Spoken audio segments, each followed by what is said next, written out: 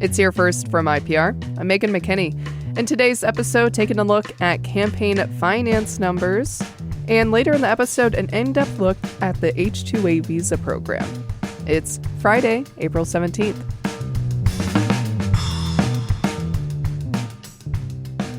New federal campaign finance filings show Republican U.S. Senate candidate Ashley Hinson raised the most money in the first quarter of this year.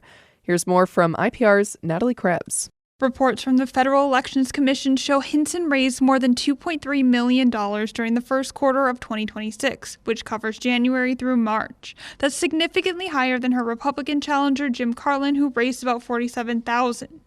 It's also more than both Democratic candidates raised. Reports show Zach Walz and Josh Turek raised about $1.1 million each during the first quarter. Hinson also continues to have the most cash on hand, reporting $6.5 million in the bank as of March 31st. She's followed by Walz, who has just over $1 million, then Turek, who has about $750,000, and then Carlin, who has about $14,000 cash on hand. Both parties' primaries are on June 2nd. I'm Natalie Krebs, IPR News. An Iowa House committee has voted to set new restrictions for medication abortions. The bill would require a doctor to give the pills to a patient in person. That would limit Iowans' options to receive the medications through telehealth and through the mail from out-of-state providers. Republican supporters of the bill say it will ensure all abortions in Iowa are done by physicians licensed in the state and might help authorities track down black market sales of the medications.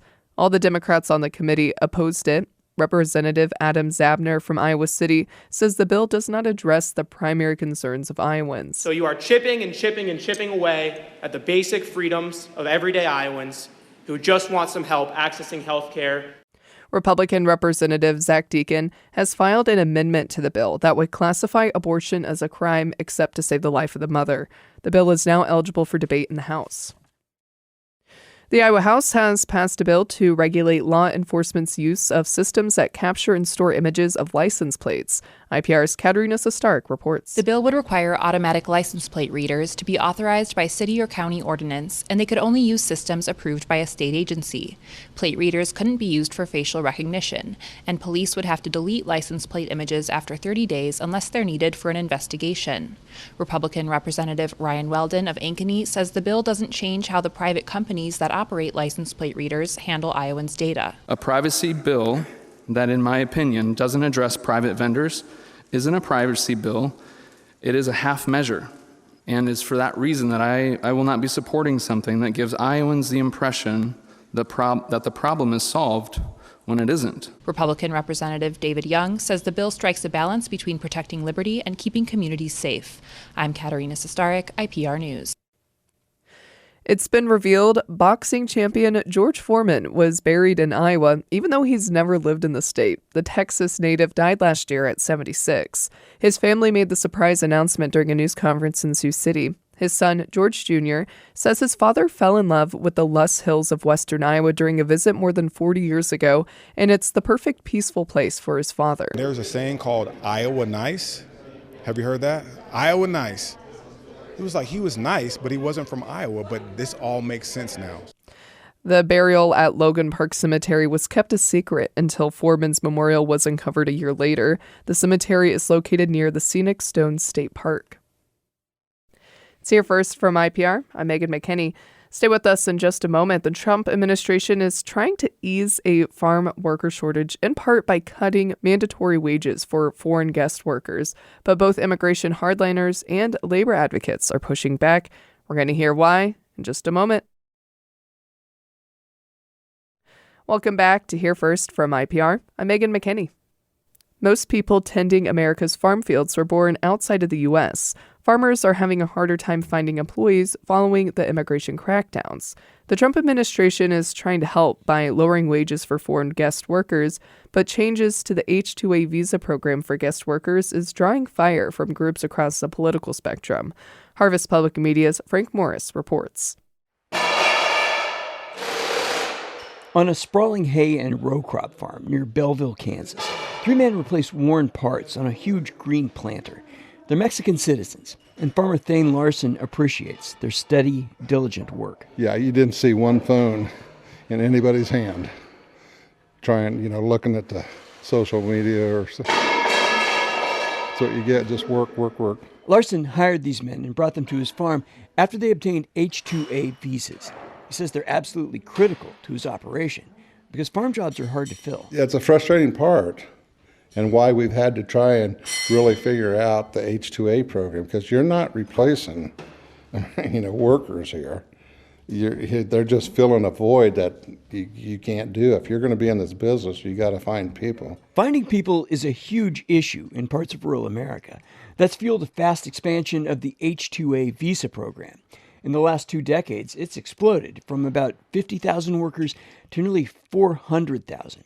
And draws people like Jose Reyes, who's worked on Larson's farm 15 years in a row. Yeah, a lot of opportunities coming to work here legal and send some money to Mexico, support my family.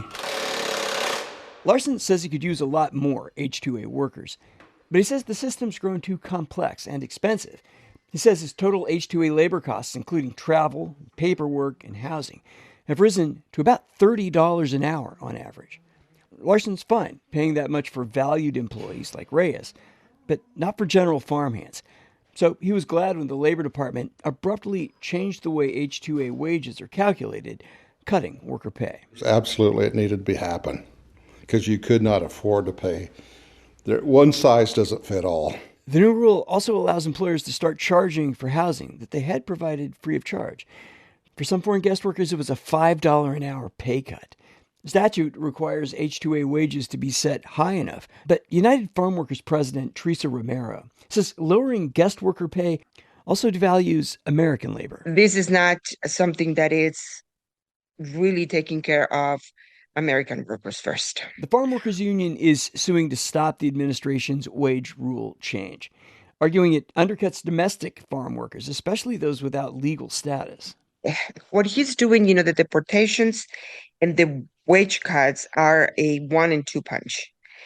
Keep workers afraid as you lower their wages. That describes a woman named Lourdes, who didn't want her last name used because she's in the U.S. illegally.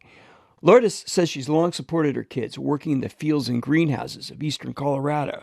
Now she says those jobs are scarce. Pues sí, hasta un poco difícil cuando estaba la tomatera, pues.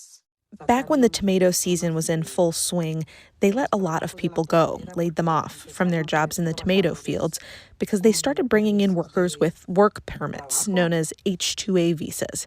Undocumented workers may be the most vulnerable to an influx of lower-paid guest workers, but U.S. citizens could suffer too.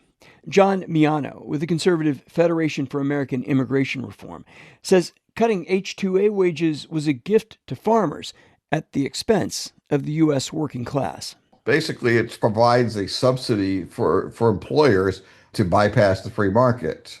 I can go in and go for a massive pool of cheaper foreign labor that undermines Americans. Well, the Farm Workers Union and immigration hardliners are pushing back on the administration's H-2A visa changes. Bipartisan legislation in Congress could expand the program. Bills in play would allow workers to stay longer and slow wage growth. For Harvest Public Media, I'm Frank Morris. Harvest Public Media is a collab of public media newsrooms in the Midwest and Great Plains, including IPR News covering ag, food systems, and rural life. I'm Megan McKinney. Thanks for listening to Hear First from IPR today. I hope you had a great week. I hope you have a great weekend. Talk on Monday.